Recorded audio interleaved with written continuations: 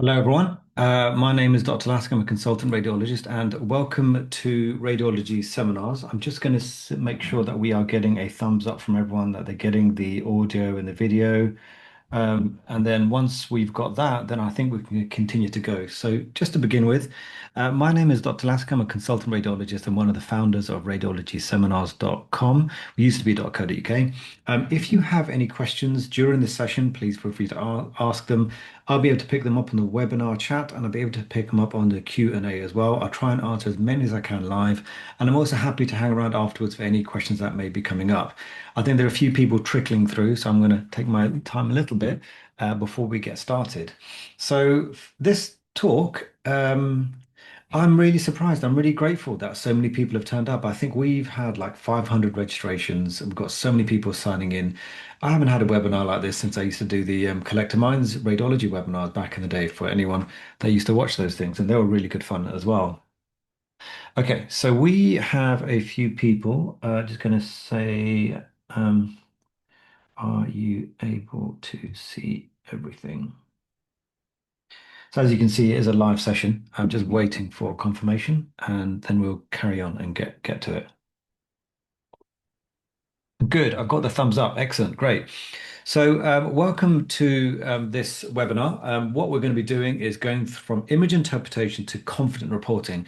And this is the bit that I think a lot of courses, and I've been to a lot of courses before I started my own radiology course company, they miss this bit because a lot of the time they will end up talking about the image and how to interpret the image, but they don't really tell you about how to communicate the images. Oh,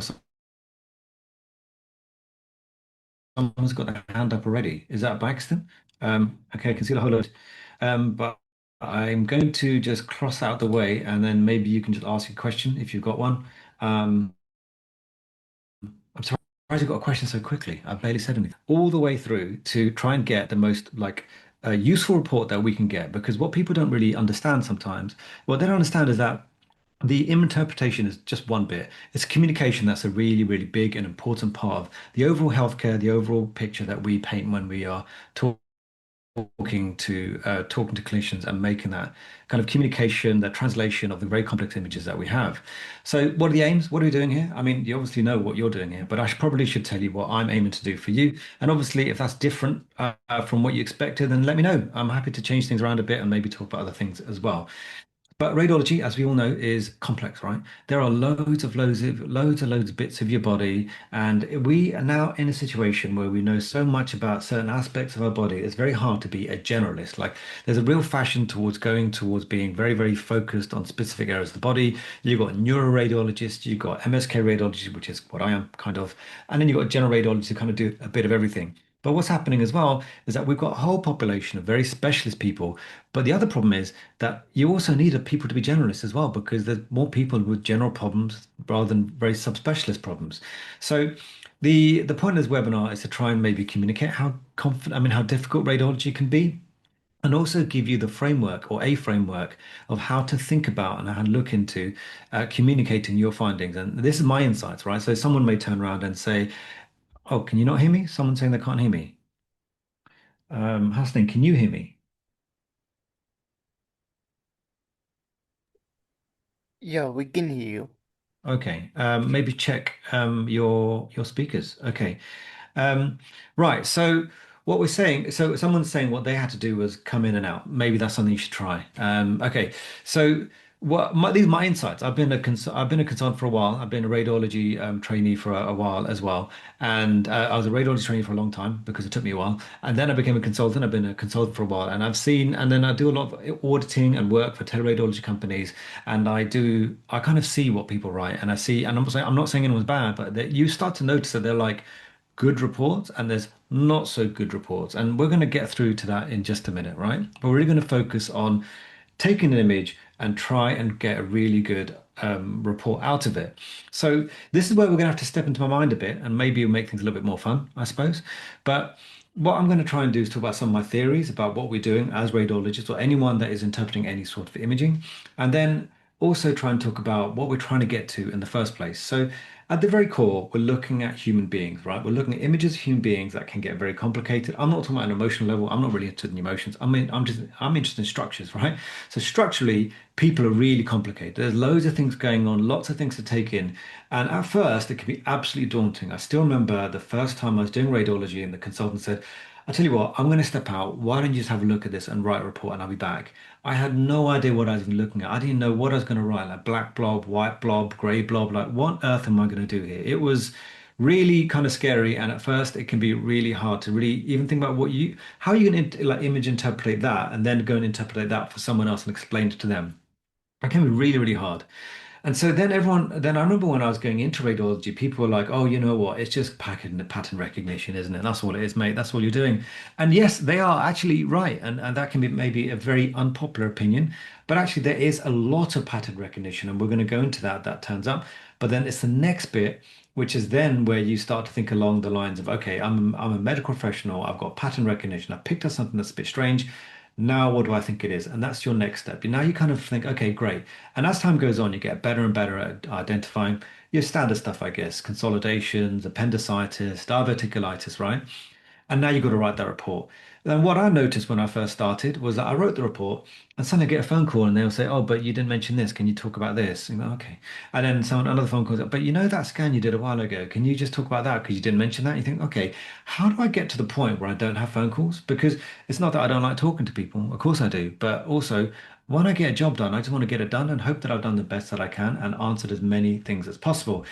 And this is the thing now, and I think we're all in a very challenging area right now. And I think anyone who does a lot of reporting will feel this, right? Now you're doing reports not just for your hospital surgeons, if you're doing something like teleradiology, you're doing it for the GPs. And nowadays you're actually doing it for the patients themselves because they can read the report. And if they say big words, they get stressed out, they get really worried, they get really worked up. And I remember once I was on Twitter. I'm not so much on Twitter because of political reasons, but when I was on Twitter, there was like I think there was a big thing that happened. I used to love Twitter, and people just go on the big like storms about stuff. And one of the things that came up was this person said they were told they had atelectasis in their lungs, and everyone said, "Oh my God, that's terrible! You've got atelectasis in your lungs," and that became a really big thing on med Twitter because people are like relax, there's nothing to worry about, and all this kind of thing. And then the conversation became, yeah, but why are you worried about atelectasis? And maybe this is we're not communicating things better. And you just don't really think about like how much your words have an impact, right? In fact, I was talking to someone recently and they said there was a report that was done and they forgot the word no. That was it. They forgot the word no. And that resulted in the person not being able to drive for like 3 months. There was loss of income that occurred because of it. There were so many things that happened because the word no was not included in the report. It should have said no bleed or something like that. I don't know exactly what it was, but it was something about no.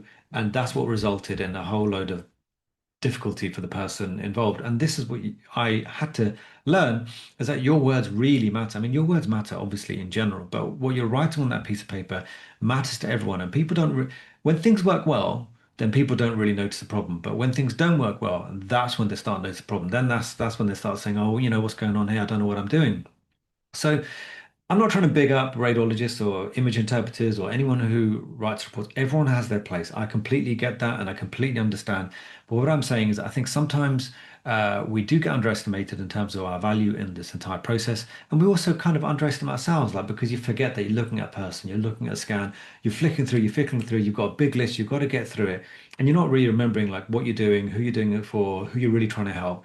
And that kind of core thing is something that I want to maybe kind of communicate is that we've got to think about these as not pictures. We've got to try and remember that this is not just numbers. We're not just, these are people that we're trying to help as many people as possible.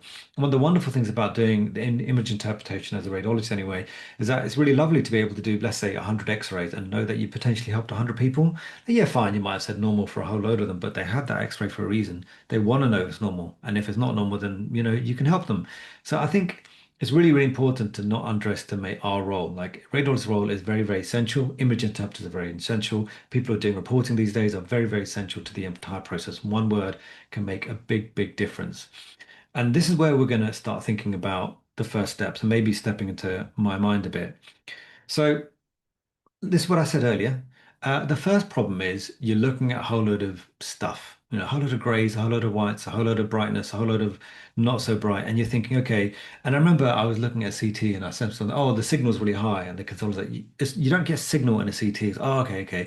It's radiopaque. And so, no, you don't say radiopaque, you say hyperdense, hypodense, and all these kind of things. And you think, okay, right, okay, there's specific words and phrases that you can use very specific and modalities, right? You can't say high signal on an ultrasound scan. You can't say high signal on a CT scan because there's nothing to give signal, but you can say attenuation. You can say hyperdense because the measurements of densities, that's what's giving you the images in the first place.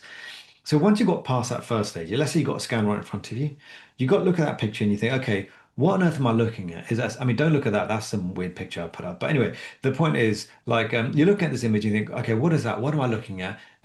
What kind of scan is it? Right? That's the first bit. Then you think, okay, what kind of scan is it? What do I need to do? Like, what part am I looking at? Am I looking at them upside down, sideways? And these are all the questions that we all have when we first start. And then you start to notice there are actual bits to this. Like there's like a bit of a round thing there, and a bit of a blob there, and a bit of a thing there. And I think one of the things that made me realize I must be quite interested in radiology when I was before I even got in was the fact that I used to try and look at the pictures before the report was done, and then try and relate the report to the pictures, and then see what I could guess. And that was quite fun for me. And I think maybe that's something people should do anyway, because it is quite fun if you can pick up things, and even better if you pick up something the radiologist doesn't pick up. But at first, there's just so much information. I mean, think about the number of pixels there are on a picture, and there's so many structures, so many systems on one run through. And that's the thing. Like, I think someone joked about, okay, why don't we just get rid of radiologists and get like the cardiologist to report the cardiac bit, and the respiratory team to report the respiratory bit, and the GI people to report the GI bit, and we just don't need radiologists. And it's a nice argument. It's a good idea. I don't mind. I go chill in the sun. But actually, when you think about it, let's say the chest radiologist sees something in the neck. So, okay, fine, we're going to have to get head and neck to have a look. Then the head and neck guy starts, or a person starts having a look. Oh, you know what? There's something in the brain there. I don't know what to do. They'll send it to neuro.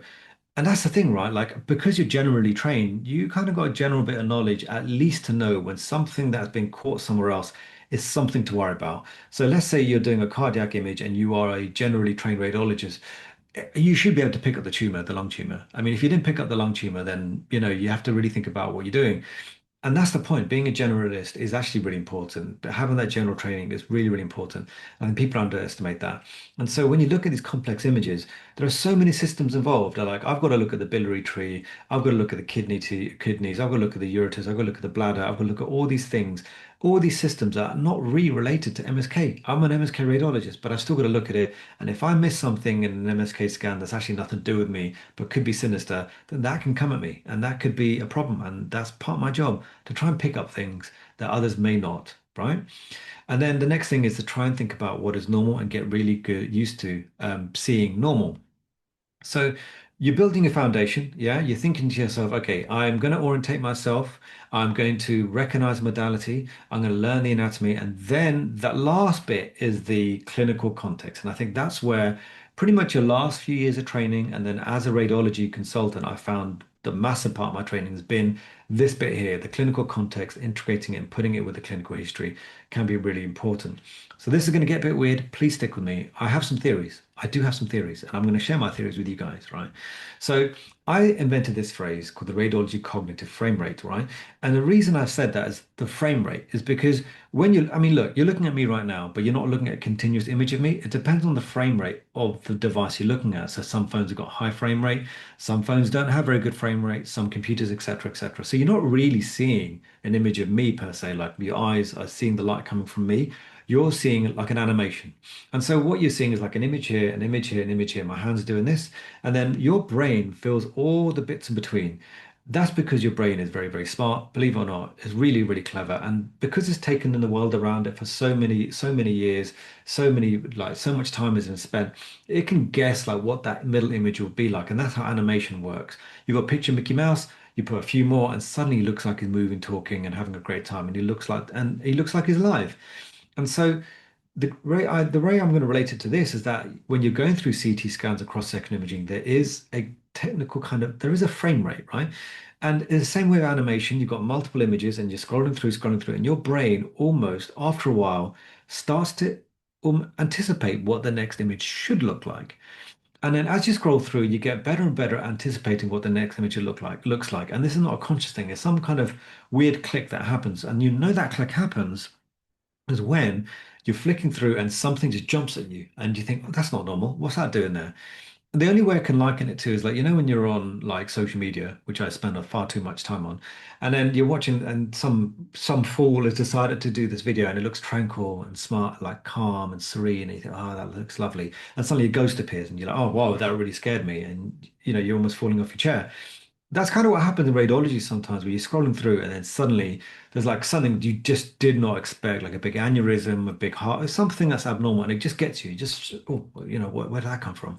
And that's because your brain was already anticipating the next image based on is this leveled as senior qualified radiographers? I hope so, because it's not really about the scans, it's more about the interpretation. So I hope it will be useful. Please do stick with me. I know this sounds a bit crazy. I will get there. So what I'm saying is that your brain gets better and better. So the more you report, the more you look, the better you get, and the more image you look at, the better your frame rate starts to work. And this is what I was talking about, the ghost in the video. As soon as something pops up and it doesn't look quite right, that's when you start to think, oh, where did that come from, right? And so this is what happens when you come to CT scans. So what we're going to do now is I am going to go through this particular CT scan. Now I know there'll be quite a few people that will have a very good frame rate. They will know like what they're expecting. So you're looking at this image right now and you know straight away what the next image should look like, what that next image should look like. What I'm going to do for you guys is scroll through once and then you can write what you think. And then I'll scroll through a couple more times, maybe talk about it. And then as soon as you think you know what you're saying or seeing, then go ahead and write it. And then we can talk about this case. So first off, what we'll do, we'll scroll through, scroll through. I'm going to try and keep quiet. I can't help but talk. Sorry. Oh, I kept a cup of tea in my hand to keep myself quiet, but that doesn't work. Scrolling through, scrolling through, scrolling through, scrolling through, scrolling through, scrolling through. Okay. Has anyone seen anything wrong? Anyone seen anything wrong? Like, let's scroll back up. Okay, for those that don't know, this is a CT scan, adult patient. They look like they could be old. I'll explain why. Or older. Scrolling through, scrolling through, scrolling through. No takers just yet. That's fine. No worries. We'll scroll through, scroll through. So at first, your big question is, this is a CT scan, right? It's a CT scan. It has to be. Okay, cool. We know there's a CT scan, and then now we've got to think to ourselves like, okay, what's that blob there? What's that blob there? What's that blob there? And at first, that can be really, really, oh, well done. Yeah, someone's got it. Okay, but what, secondary to what? Go for it. If you can know the diagnosis, go for it. So now you're looking at this and you think, okay, I'm not sure what that is. But as time goes on, you start to know, okay, that's the liver, that's the stomach, like these little things at the top here are going to be the adrenals, and you scroll through, you scroll through, you scroll through, you scroll through. Yeah, there is some. Yeah, there is. With regards to the societies, you're completely correct. So well done. We're scrolling through, we're scrolling through, we're scrolling through, we're scrolling through, we're scrolling through, and keep going, we keep going, we keep going, we keep going. Okay, good. So we've got a few answers, and actually, you guys are not wrong. And yeah, and someone has gone for it. Do you know what kind? Okay, so what we've done here, it was done a scroll through, and some of you guys have been quite good, and you've recognized it straight away and said exactly what it is. Now, what will happen after a while is when you scroll all the way down like this, there'll be something that kind of doesn't look quite right. Some of you picked up the ascites, some of you picked up there's something up with the bowel, and then someone has said, yeah, there's some sort of left inguinal hernia. These are all good suggestions, really good suggestions so far. Right. So first off, we are looking, the abnormality on this particular scan is the bowel. This is the bowel that's sitting over here, and it looks a bit dilated. So this is definitely dilated. And now we've got to think to yourself, okay, we've got two kinds of bowel. We've got large bowel and small bowel, right? So which one is this one? And the way to differentiate that is to look for lines that go all the way across. If you've got lines that go all the way across, this must be small bowel. And you can see here, there's some lines that go all the way across. I'll try and draw it for you. See if I can get this working. Yeah, all the way across like this, like this, like this. Okay, so we've got lines going all the way across, and this looks like small bowel. So now we've got to think to ourselves, okay, what could be the issue with this small bowel, right? Like what's happened? How could this happen? What's caused the obstruction? So obstruction is where you've got bowel, like it's a tube, like a hose pipe, and if you hold one bit of the hose pipe, then all the water builds up, builds up, builds up. And not like if you've got a good hose pipe, it stays. But bowel kind of dilates and dilates, dilates, becomes like a balloon, right? And that's what's happening here. It's blocked off. Something's happened, and now we've got to think to ourselves like, what could be the causes of blocked off bowel? Blocked off bowel could happen because someone said it could be because of a left inguinal hernia. It could be a Spigelian hernia. It could be a tumor. It could be adhesions. It could be so many things that cause this particular kind of bowel obstruction. Right. So now if we go all the way down and all the way down, what people have noticed, I hope, is this little guy here. I'll put a little spotlight there. Can you see that? This little circle here doesn't look quite right. And actually, at the very least, should be able to say that this looks asymmetrical. You see muscles there, see muscles there, and then there's this kind of weird thing that pops up here and then pops up here. So it is on the left side. You're completely correct. You're completely correct for saying it's on the left side. You are correct for saying it's a hernia. But now we've got to think to ourselves, but what kind of hernia? Is it an inguinal hernia? Where is the inguinal canal? Where's the femoral canal? What else could it be? So femoral artery is somewhere over here. You could touch your femoral artery over here, and unfortunately, some poor souls, they inject into this area. So you can feel your femoral pulse, which is over here. So femoral hernia would probably be somewhere around that area. A bit sort of more medially, you'll have your inguinal hernia, and that will be around this area over here. So this is kind of far away from all of that. It looks very, very different from the rest, right? This is something called obturator hernia. And operator hernia is where you get a herniation of bowel between these particular muscles over here, and you know it's herniated because the bowel shouldn't really be there. And then proximal to that, if we follow this upwards and follow this upwards, you can see it becomes dilated and continues to be dilated, and that's what's causing that free fluid within the abdomen. Someone said it could be adhesions. It could be, but not in this particular case. This is definitely because of that sort of left inguinal hernia. Now, I want to come back to the whole point of what we're talking about. Not so much about the image interpretation, we're talking about what happens next. We'll come back to the images in just a second. So we'll scroll through the images. Our brain builds the expectations of what we're expected to see next. And hopefully, for some of you guys, you would have seen that there's some small bowel that wasn't quite right. And this anomaly just jumped at you. And then you start to think about what could be causing that problem. What's going on here? Like, why is the small bowel obstructed? And then we came to the conclusion that this must be some kind of hernia or obturator hernia that's causing it. So we've gone from complex imaging. We've been through just now hundreds of images, and we've interpreted those images and we've come to some kind of conclusion. So we've done that bit. The next bit is we need to think about how we're going to communicate this. Where did this person come from? Did they come from GP? Did they come from A&E? How did the scan, was it an outpatient scan? Where did the scan come from? This was an A&E scan. So now we're okay. Now, okay, this person must be quite well. They're coming from A&E. They've had the CT scan. So now we know that the stakes are a little bit higher. Okay, I mean they're always high because they're obstructed. But now you think to yourself, okay, they're in the department. I probably should tell someone as soon as possible. What do I need to tell them? What's going to be useful for this particular person? And now we're going to think to ourselves, okay, right, what does our report look like?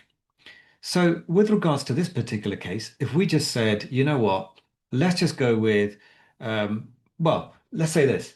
You've done your CTE report and it says indication, 76-year-old lady comes in with abdominal pain, question mark obstruction, and you say findings, small bowel obstruction secondary to an inguinal hernia, urgent surgical opinion required. Now, if you kind of think to yourself, is that discrepant? It's not, is it? It's completely correct. There's nothing wrong with that report. But can you get away with a report like that? I mean, how do people feel when they read that? Or what happens if it was normal and I just wrote, it said 70 indications, 76-year-old female comes with abdominal pain, query bowel obstruction. I say findings normal, indication nothing to do.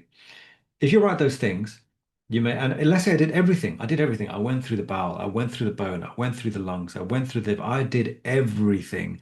And then I wrote the word normal. Perception is this person hasn't done the work. They might have missed something. We need to look again. You kind of feel this sort of, oh, you know what? I don't feel great. They haven't really said anything.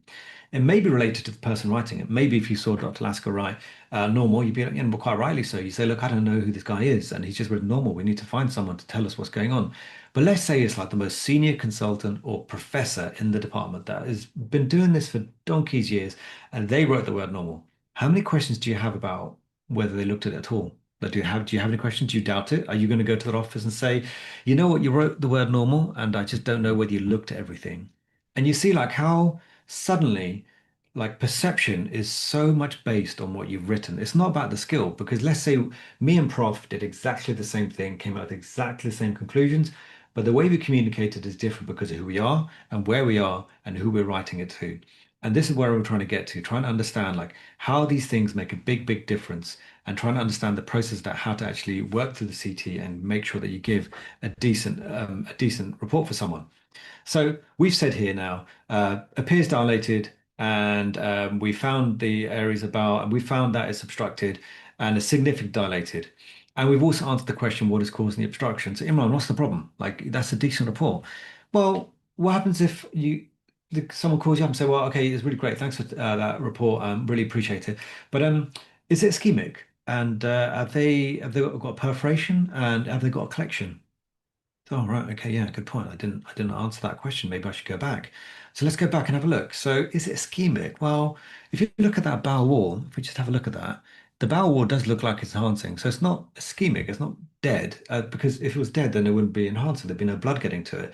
But actually, when you look at the bowel that's coming kind of proximal to it, it's not enhancing as much. Like the bowel's wall is there, but it's not as bright. So when you come down here, it does look very, very bright in comparison. So it may be obstructing, it may be getting incarcerated, it may be start to have a bit of compromise. So they said, what is the other question? Do they have a perforation? Right, I didn't even think of that. So let's go to the lung windows and have a look.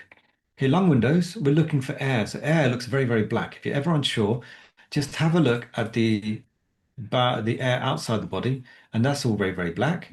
Oh, sorry. That's very, very black. And this stuff inside the body will be black if it's within the bowel, but if it's not in the bowel, then you got to start worrying about perforation. So we've got to scroll through. Is there a perforation? I can't see a perforation. Okay, well, that's fine then. Let's go back to the default window. And so now we can say we can't see a perforation, but did we see a collection? We have the answer to that. So we come back down here, and someone said there was some fluid within the pelvis, and they're probably talking about all this stuff that's down here. You can see all this stuff outside of the bowel. But if it was going to be collection, collection by definition is something like a contained sac. The body's kind of tried to seal it off and now sitting there. We're going to have to go in and drain it. But this doesn't look like there's any sort of, sac around it. It doesn't look like a collection. So we can say it's free fluid, not a collection of fluid. Okay, so that's it. Surgeon. I've got your answers. I'm really sorry. I probably should have put that in the report. But yeah, there's small bowel obstruction and yeah, the small bowel obstruction. And then there's also no ischemia. Well, I'm worried about it because it may become ischemic later, but there's definitely no ischemia at the time of the study, and there's definitely no perforation. Great. Everyone's happy. So we figured it out. And then, we've told them the answers as to what it could be. We figured out it's definitely not some sort of volvulus. We've given them a differential and we told them what they need to know. So we can go away. We're going to be happy. But then actually, that's the thing, right?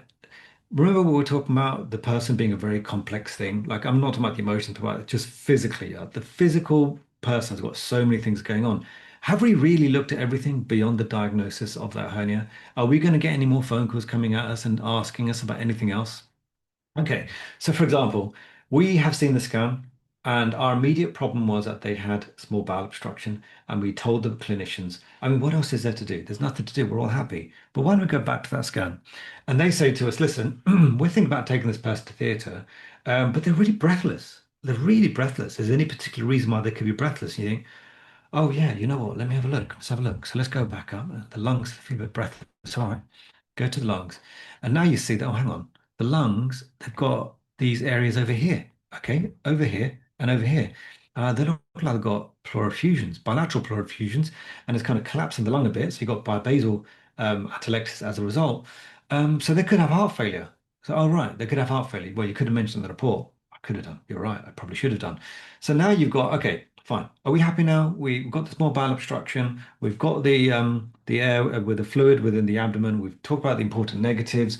We can move on. So this person gets better and everything's going great. And the GP writes to you and saying, listen, this person's got a lot of heartburn. I mean, do you think could you have a look back at the scan and see if there's any reason why they've got heartburn? And you think, oh yeah, all right, I'll have a look now. I mean, heartburn, I mean, that'd be up here, I guess. Let's have a look. And actually, when you look here, they've got this bit of fluid in their esophagus, and it kind of comes up a bit. It's a bit dilated. So I guess they've got a hiatal hernia, which might be what's causing their heartburn. All right, cool. So then you say, like, okay, I'm really sorry. I probably should have said in the beginning, but they're fine now, so we should be okay. We're cool. Don't worry about it. We've dealt with it. And then because of the heartburn, they had another ultrasound, and now the ultrasound's come back saying they've got some sort of lesion in their liver. Say, okay, well, can you go back to that scan and see if there's any lesion in their liver? You think, all right, like what, the fourth or fifth time I'm looking at the same person, and you say, okay, well, actually, you know what? There is a cyst there. I probably should have mentioned that. Yeah, you're right. There is a cyst there. Yeah, okay, fine. There's a cyst there. I think we're good. We can move on from the scan. We're happy. And so now you're going to move on. And you think, okay, everything's good. I've answered this question as much as possible, but you've had maybe 4 or 5 interactions because of the report, not because of anything else. You've interpreted things, but the report hasn't quite communicated everything that needs to be communicated because there will be other questions that come up later to do with the immediate problem and maybe future problems that come up. And they will always come back and ask you. Someone's asked, is the stomach thickened? Yeah, very, very dodgy place to start calling thickening on a CT scan. If it's unprepared, I tend to shy away from it. The stomach on this particular occasion doesn't look thickened to me. I'm not particularly worried about it because it looks very thin walled, but sometimes it looks very collapsed. And people will start saying they can see something. Unless it's blindingly obvious there's a mass, I shy away from commenting too much on the stomach at all. So everything's going great. Let's have a look. So yeah, everything seems to be going great. This person's doing well. We've kind of gone along with the whole idea that we've dealt with the problem, we've figured out what this is, and we've all learned what we need to learn. And we have tried to give as many answers to the questions that they have right now. And then we've also tried to answer any questions they may have later. And you can think to yourself, okay, we had a few problems here, didn't we? Kind of. We had bilateral pleural effusions. We had a small hiatal hernia, a simple hepatic cyst. We had obturator hernia that was causing the obstruction, which is slightly hyperemic, and therefore you'd be concerned that it could become incarcerated. No perforation and no collection. And so now when you've got all these problems in a row and you're going to write it for someone, what order do they go in? Which bit do you go first? Do you talk about the pleural effusions first? You talk about the cyst first? Do you open your report with there's a simple cyst, there's all this other stuff, and then talk about the inguinal hernia? Or do you talk about the inguinal hernia first and then talk about everything else? And then what about in the indication, the final, I mean, the impression or the conclusion or whatever? What do you put first? Do you put the simple cyst, the pleural effusions, and then the hernia, or do you put the hernia first, right? These are things that you need to start thinking about, like who am I writing this report for? Who's reading this report? And so what I tend to think about is that the report section is really for the other radiologist and like highly skilled person is going to come in and read that and think, yep, yep, perfect. Now the impression bit, the conclusion bit is more to do with the person that just needs to know what the answer is, just need to know something to do, what to do with it. I'm not going to look at the pictures. I'm not even going to read your report. I just want to know what to do right now with this person. And then if you want to give me anything else, we can talk about that. You can put that as bullet points. Or right now, I need to know what's happening. Answer my question. And you'd be surprised how often the clinical question is not answered. So you'll have something like a person's got, let's say they've got an MRI spine and they're having these claudication symptoms in their feet. And you say that, yeah, they've got, multiple degenerative diseases, but a disc degeneration which is impinging some of the nerves. But the last bit is to say this may be consistent with the clinical situation that you're talking about. We can say the small bowel obstruction may be the cause for the vomiting and abdominal pain.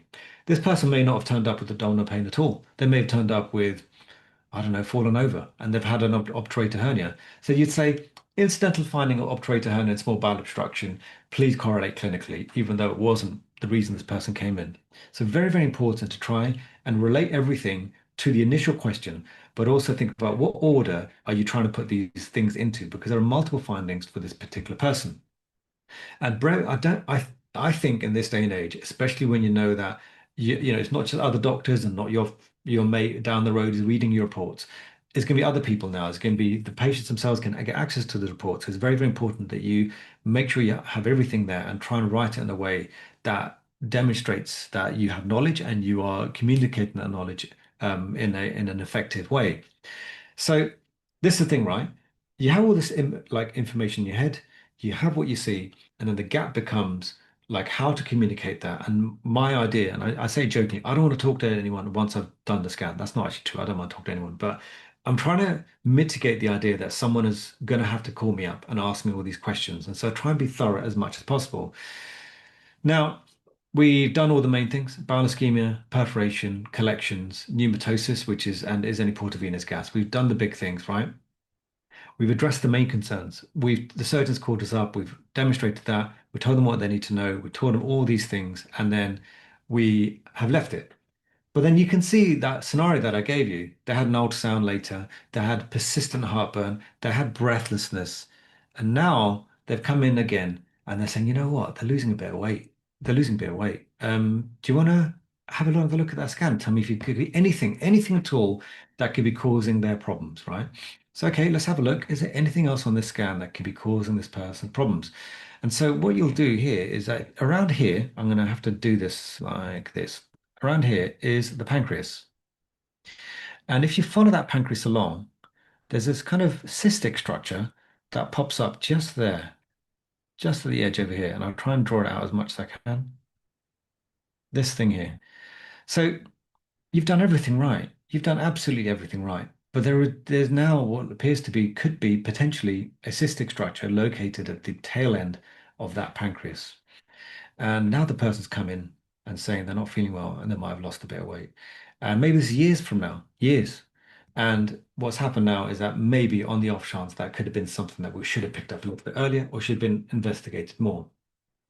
And so this is the art of reporting. And I don't know, I mean, people are so interested in this. Maybe I should do an entire course on how to develop and create and move on from writing simple reports and how to actually communicate those findings. Maybe communicate with us and tell us what you think.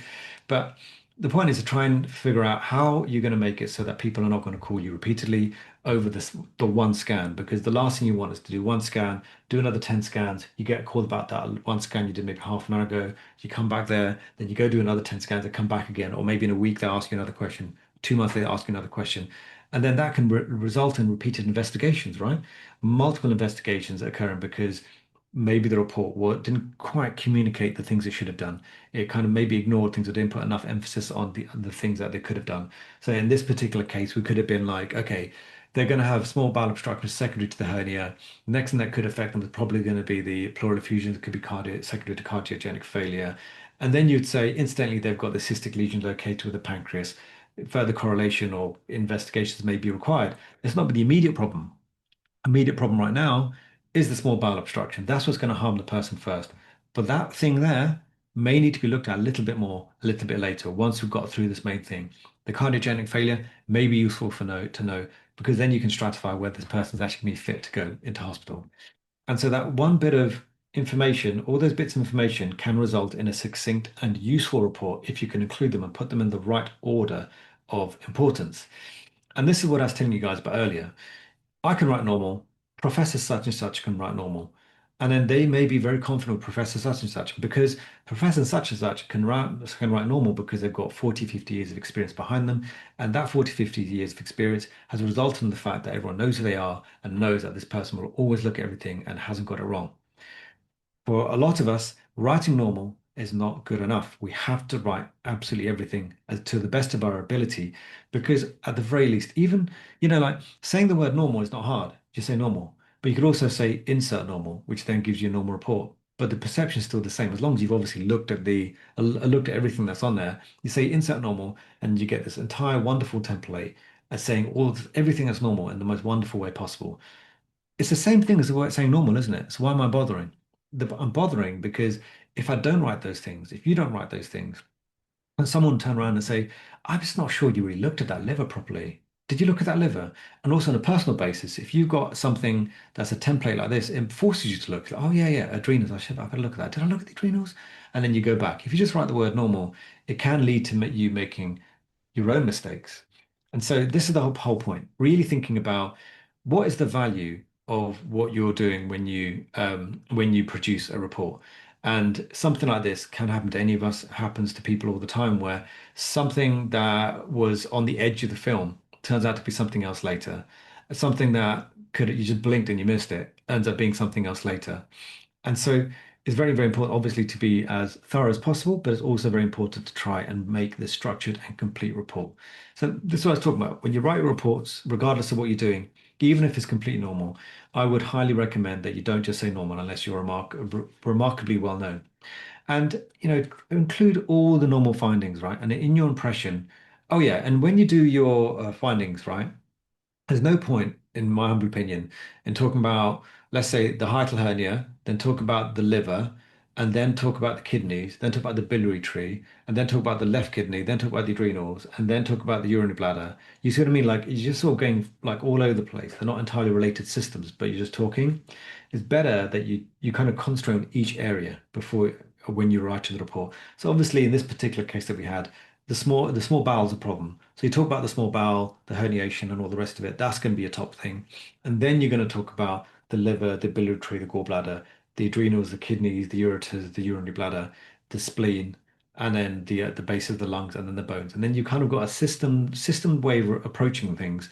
And if there is an abnormality, then it could be related to the other thing. So the reason I said liver with biliary trees, because they're related, like they can be related to each other. Therefore, it's a good idea to have them in one particular place. And so this is the key, like, and things are changing out there. And this is what I mean, like for a lot of time, radiology and any medical professional who's writing reports, we're writing for each other. We're writing for each other. It was like passing a note between mates, oh, by the way, check this out, check this out, check that out. But now things are, people can log in, look at their reports, see what is said, and get really stressed out and worried about what these things are. So using a number approach can be very, very useful. I've seen that being done when number one, by the way, is the most important finding. Please stick to some kind of structure on that.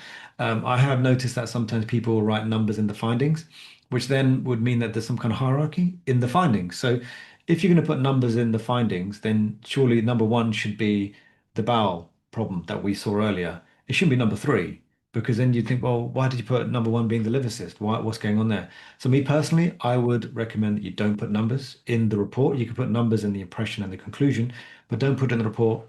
Make it nice, sort of, you can write paragraphs, whatever you want, but try not to put numbers unless you're doing some sort of priority and everyone knows that's what you're doing. But do put the most prioritized things first, right? That's the most important thing that you do when you first start. But I would say that, but if you do numbers, do try and use a decreasing urgency. Same with bullet points. If you do bullet points, when you do the impression, the top bullet point should be the top problem.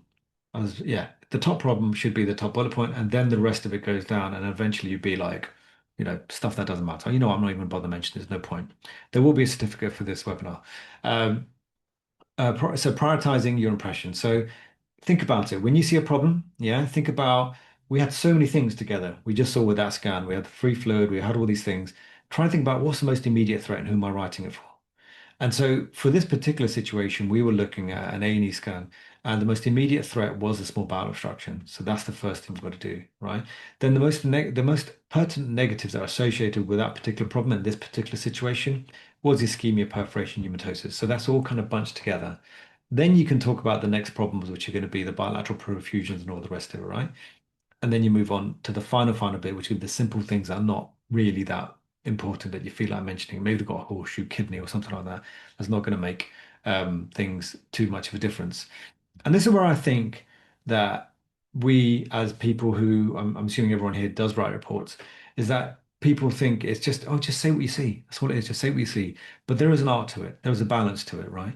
There's no point in me if I write lots of stuff about the size of the chondral surface that's gone and how deep it is and how much bone marrow edema it is, if that goes to a GP, they're like, okay, is it osteoarthritis or not? Like, I mean, just tell me, right? But if I just say osteoarthritis and then send it to the orthopedic surgeon, they'll call me back and say, well, hang on, you said osteoarthritis, but what does that mean? Like, is it chondral loss, subarticular bone marrow edema? Is there any chondral surface left? I mean, how bad are we talking about? Grade one, two, three, four? I mean, do you want to tell me that? And so you can see that as soon as you just between yourselves, like if as soon as you start writing things, you've got to think about things and you've got to almost have a balance as to have a report that almost caters for everyone. And the way I personally do it is that the findings has the most detail. It really does. It has all the measurements that I can manage, all the things that the orthopedic surgeon would want to know, and the impression, if you're a generalist, what does your general person need to know? If the patient was to read it, what does it say? Osteoarthritis. All right, okay, cool. That's what I need to know. But the findings is how where it has the main kind of meat of the structure, meat of the images and meat of the interpretation. So I personally think maybe I'm bigging this up too much, and you can disagree with me, but I think writing a report is a bit of an art form. It really is, and you're trying to second guess the questions that someone's going to ask you before they ask it. And if you can't second guess it, you're going to get asked those questions, and you need to put that in your memory bank for next time. You need to put that in your memory for next time. That okay, last time I did this particular kind of case, I got asked about this. I'm going to make sure that I always write about that. Always, always, always. And then, yeah, the next bit of the art is I really think about what are the most crucial things that are appropriate for this particular situation and for the person that you're writing for. Let's say that was an outpatient scan, right? You're going to have to call that GP. Someone's have to find that GP and tell them, listen, you've got a patient that came in the other day and they've got a small bowel obstruction. This is an emergency. Like urgent, you have to write urgent, tag it, flag it, make phone calls or get someone to make the phone calls for you. You need to do that, right? And these are the skills that takes a while. And I guess on some level it is experience. And this is what I think can be missing from a lot of courses that I've been to, where the focus really is just about what do you see, what do you think, what do you see, what do you think, which is fine. Of course, it's fine. But then, if you're going to a course on prostate imaging, you're trying to go down that idea of like, I'm writing a prostate imaging report for someone who's going to deal with prostates. So how do I make that report? How do I make it useful? Are there things that I may want to know about? What are the important negatives? What if I spot something that's got nothing to do with them? They've got a massive metastatic focus located in the hip, the right hip, but that's got nothing to do with the prostate because the prostate's normal. What happens if there's like a bladder lesion that's causing the entire thing? It's got nothing to do with the prostate in the first place. You've got to start thinking about who am I writing for? Where's this coming from? And that way you can really help each other, which is nice. But the main thing is helping your patients, right? Because you prevent them from having unnecessary investigations, unnecessary stress, and actually potentially getting really upset with you for potentially looking like you didn't do a good enough job the first time round. So I hope that was useful. We're going to do loads of these as the year goes on. So I mean, just come along for free if you want to. But since you spend a bit of time, maybe a couple more minutes with me just for a bit. Radiology Seminars is my company with my colleague, and we have been running for a while and are genuinely, people don't believe it, but try us. We are genuinely about trying to make the biggest difference we can. We believe that by getting everyone to be better, we're helping people. And so if I help you, one person, maybe make a better report for the next 10 people, I've helped 10 people and you. So that's 11. 11 people I've just helped by doing this one thing. And so I really believe that to be the case. And I try and do as much as possible to try and make that happen. So we've got lots of free stuff on our website. So if you like free, then go for it. We've got free stuff on the website, free stuff on the YouTube channel. And we do free lectures like this where we try and show you some of the things that we are up to, some things we're thinking, and a chance for me to chat, I guess. We have lots of flexible solutions. Do you get any way to get feedback on cases? Yeah, I'll go. Yeah, we can talk about that. So our courses are run in the way that a lot of courses will do, where you go through images with a person, we go through the reports, and then we will talk about how you would go about reporting it or talking about it. We've got loads of live courses, on-demand courses. We've actually got a community that's quite nice, actually, where people log in and they will talk about cases that come up in the week and stuff, and then we'll try and talk about those and talk about things that could be better and or not so and could be or just yeah, if it's a really good call, it's a really good call. We're pretty flexible as well, so you can come in. We try and fit around your rota. And what we try and do is do licenses. We're really interested in licenses. So what we found is that study budgets are small, aren't they? They are really small these days. I find it hard to get a study budget. But what we'd realize is that actually, if you kind of put yourselves together, maybe get a group of 5, 10, 20, 30 people, we can drop the prices down very, very quickly and they basically enable you to go to like all our courses for less than 100 quid. So I think that's worth it if you think. Oh yeah, some people are really saying nice things there. I'm really grateful. I'm actually really grateful so many people turned up. I was actually telling the guys earlier, I can't believe so many people are turning up to this talk. Right. So then, yeah, so I would like to say that, yeah, please do get in contact with us. These are the prices that we have, and these are the bulk purchases that we have. Please do think about joining us on our mission to try and help as many people as possible in the world of radiology.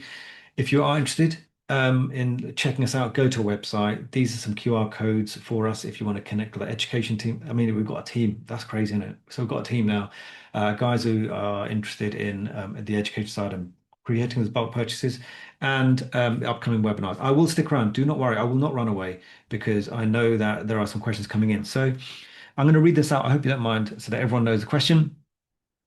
It's a tricky reporting as a radiographer, especially in the early days, as we're not medics. We have had to adapt our. Yeah, I know, and actually, I feel you. I really do because I think there's a negativity, and I'm going to say it, and maybe it's going to be an unpopular opinion, but there is a negativity that can be held towards reporting radiographers. And so remember, I was giving you that scenario of like professor versus me, and then you got a reporting radiographer. And unfortunately, at the moment. I feel I personally you may feel differently, but I feel as though people aren't giving reporting radiographers their worth. They're very capable people. We teach loads, and I know how capable people are, and so I think it's a perception thing. But I think one of the things to the way I think that you deal with perception is by doing good work, right? After a while, people can't ignore good work, right? And so you just do the best job that you can. And the way to communicate good work is by doing the things I was talking about, important negatives. It seems wordy, I know it's so easy just to write normal, but you can't write normal. You can't, unless you're some big prof or something like that. You've got to write all the other stuff that you may think is not useful, but it may be useless in some levels because you think, why am I just wasting all these words? But it's part of the reason you're doing these scans and doing these reports is to try and give some sort of reassurance to people that you've looked at everything. And so by doing that, I think you have, I mean, I do it. I've been doing this for a long time, but I really genuinely write like wordy reports. The reports can be wordy, maybe the impression not so much. Like I said, I've answered that. Okay, so I've said I'm going to answer that live. Done. It doesn't look like there's any questions, but lots of thank yous. Oh, here's a long one. Can you ask by any chance, do you have a course for radiographer who wants to be trained as a cardiac MR or CT? We do. We do actually. I think we had one last week. We have cardiac MRI and cardiac CT, so do check it out. Join the mailing list. We do email out. I think we try and run it 2 or 3 times a year. We have a cardiac CT one and a cardiac MR one. Before reporting order, there were A&E doctors who asked for opinions on exactly, exactly. I was the one asking for opinions from the reporting radiographer. Like, I don't know what this is, help me. And they would just tell us, like, okay, cool. I write in the notes, Dr. Lasker said. I took all the glory. I'm sorry. I feel bad now. But you're right, exactly. I think there was one time I went to a placement and it turned out the radiographer had taught one of the consultants how to do like some sort of drain or something like that. And I was like, oh, cool, man. But they'll never get the glory. Never will. Exactly. Yeah, I'm sure you have. I'm sure you have. I mean, that's the thing. People underestimate experience, and experience matters. It's not just about, seeing a few exams. I mean, obviously exams matter and all that stuff. There's difference of experiences, right? And I would say that I've got experience being a doctor does help, but you shouldn't underestimate anyone else. Red dot system came from radiographers. I did not know that. Red dot. Okay, so for those that don't know, did you know the red dot system comes from radiographers? I didn't know that. Someone just told me now. Is there a site where we can go through a bank of images to go through as a trainee reporting radiographer? So on our community, which you can join on a monthly fee, we have got loads of courses, and there's reporting X-rays, acute CT body, CT head, and a lot of those will have cases, and they'll link to cases. So if you wanted to, you could go and have a look, see what you think. Um, we don't have reporting radiographers in France. I did not know that either. Okay, that's interesting. Well, they have them in England, that's for sure. Do you have any courses for neuroradiographers? We don't have a specific one for neuroradiographers. We have thought about that. We currently run a course called the MRI Neuroradiology Fellowship, and that is very advanced, like really advanced, right? But we have thought about, we've got the acute CT course, which would be useful for someone who's a radiographer. That's actually a really good course. And actually, that course built the rest of the entire, I hate to call it business, let's say mission. That one course built the entire mission. So if you are interested, we've got an acute CT head course. At some point, we will be creating an MRI brain. We do have an MRI brain course. We do, and it's a live on demand one as well. You might be able to check it out. Yes, there is an MRI brain course that's available, but it may be in the community. The good thing about the community is if you log in, I don't know whether I could do it now, but anyway, if you log in, there are loads of courses on there. Like we've actually kept recordings of all the courses that we used to run, and we don't always get the chance. Like I get busy, right? So I can't do the acute CT head course all the time. So we just kept it there. We just kept it there. So like, look, if you're part of the community, just go ahead and use it. It's fine. It's fine. Community, how much is it? You'd have to go on the website. I can't remember. Um, and I think we do have an acute CT head course coming up at some point. You're correct. We don't always run them, but check them out. Someone's put a website up, imageinterpretation.co.uk. I don't know what that is. It's a virus. I want to click on it anyway. I'm going to look at that later. Um, but I'll click on that. That's interesting. So that's a self-testing website. That's very good. But yeah, there's loads of things. Actually, we are in the middle of trying to potentially build some sort of testing software, but you know what? These things are hard. Someone's asked again, could we get a certificate for the seminar? Yes, you can. I would love to give you a certificate for this seminar. If you don't get a certificate, then do send us email at info@radiologyseminars.co.uk. What of an MRI PG master to a PhD level? I don't think I'll be teaching people to a PhD level, but we are working on creating diplomas. We're in the middle of making diplomas. That is something that we are pushing, and our team are working very hard. And actually, the diplomas are really meant for the ultrasound. So we have got a really great course that we run with a sports medic who's got lots of experience in UEFA and all sorts of stuff. And he loves ultrasound, and he's actually really good. I was learning from him the other day. And so we run a sonographer course or ultrasound course for sports medicine, really, and we are creating a potential diploma for that. But then if that works, then we should be able to expand that. But that's early days, very early stuff. Every student radiographer is directed to Heidi Nunn's course. Okay, I don't know who that is, but I am interested and I will check that out. Heidi Nunn. I'm sure they're very, very good. I'm sure they are very good, and I'll be very interested to learn more about it. Oh man, there's loads of questions. I feel like I'm talking to you guys. Um, Looking forward to the next webinar in March. Yeah, yeah, I think that'd be a good one. I can't remember what it is. I think I actually logged into it earlier today.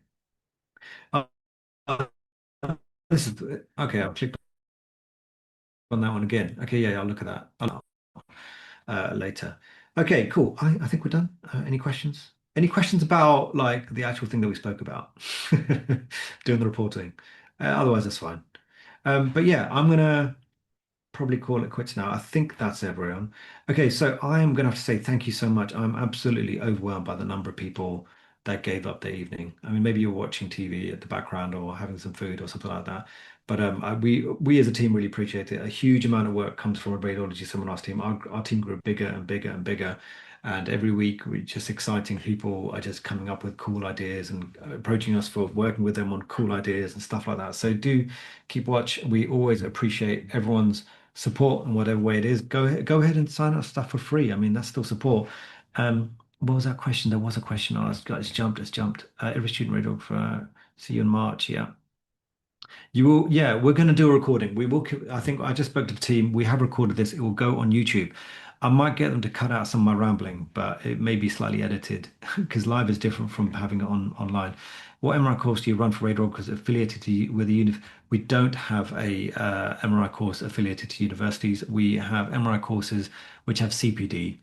I find GP reporting more challenging. Yeah, it is. Someone's saying GP reporting more challenging than ED, emergency department or inpatient and outpatient. Um, Imaging as they do contact you to ask clarifying questions. And actually, part of the reason for that, I was speaking to my GP, is because they don't actually have access to the images. So if you don't have access to the images, they can't even look at it, even if they wanted to. Apparently, they can't. It depends on where they work, but most of them can't see the images. They are genuinely relying on whatever you've just written. That's it. They've got nothing else. So I feel for them because looking at imaging is fun, and it's a shame that they don't even get to look at an X-ray every once in a while because X-rays are fun too. All right, I think we're all done. So I'm actually going to go now. All right. So everyone have a great evening. Thank you so much, and I will see you next month, and maybe I'll see you at one of our courses. And if you do want us to come into your department and maybe work on courses, I think one of the places we worked with wanted us to teach about NG tubes, so we did. So we can work with you guys as well. So do get in contact if you're interested, and if you're not, then go ahead and check out our free stuff. Loads of free stuff is going on. Check it out and let us know what you think. A comment, a sub is always nice. All right. Until next time. Bye.